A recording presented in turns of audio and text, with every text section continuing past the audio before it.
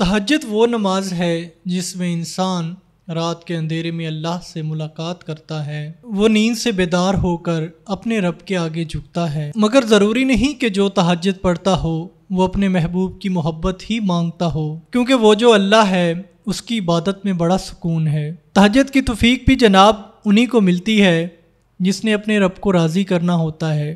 تہجد کے وقت کا سکون صرف وہی سمجھ سکتا ہے جس نے تہجد کے وقت اللہ سے باتیں کی ہوں، جس نے تہجد کی نماز میں دنیا کی محبت نہیں بلکہ اللہ کی محبت مانگی ہو۔ ایسا ہو ہی نہیں سکتا کہ میرے رب نے اس کی محبت کی طلب میں لبیک نہ کہا ہو، کیونکہ تہجد وہ نماز ہے جو ہمیں ہمارے اللہ کے بہت قریب کر دیتی ہے، اور تہجد میں مانگی ہوئی دعاؤں پر کن فیکون کی بارش ہوتی ہے۔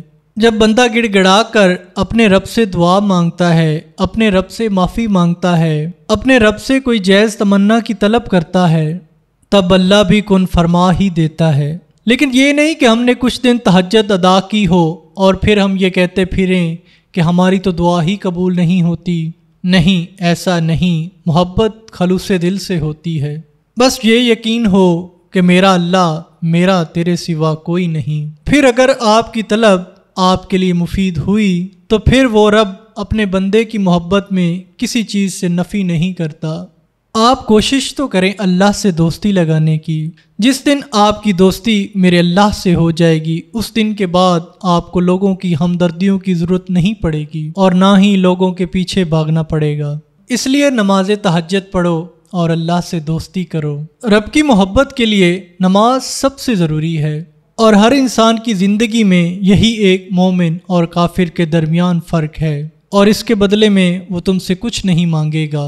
وہ رب کچھ نہیں کہتا، وہ رب کچھ نہیں مانگتا تم سے، حتیٰ کہ وہ تمہاری اتنی نافرمانیوں کے باوجود تمہیں ہر چیز عطا کرتا ہے۔ وہ تمہیں خوشیاں نصیب کرتا ہے، اور تم اپنی چھوٹی سی خواہش جس کی تم نے طلب کی ہو اور اس میں تھوڑی سی تاخیر ہو جائے تو تم اپنے رب سے مایوس ہو جاتے ہو اور اس کی محبت سے بے آشنا ہو جاتے ہو، اور یہ غیر یقینی کی نشانی ہے۔ اور یہی میرے رب کی محبت ہے۔ کیا تم نے سنا نہیں کہ میرا رب 70 ماؤں سے بھی زیادہ پیار کرنے والا ہے؟ بس میرے اللہ کی محبت ہی مخلص ہے اس جہاں میں۔ بس یہ یاد رکھو کہ ایمان والے تو ایسے ہوتے ہیں کہ جب اللہ کا ذکر آتا ہے تو ان کے قلوب ڈر جاتے ہیں، اور جب ان کے سامنے اللہ تعالیٰ کی آیتیں پڑھ کر سنائی جاتی ہیں تو ان کے ایمان تازہ ہو جاتے ہیں، اور وہ لوگ اپنے رب پر توکل کرتے ہیں۔ اور تم بس اللہ پر بھروسہ رکھو، کام بنانے کے لیے میرا اللہ کافی ہے۔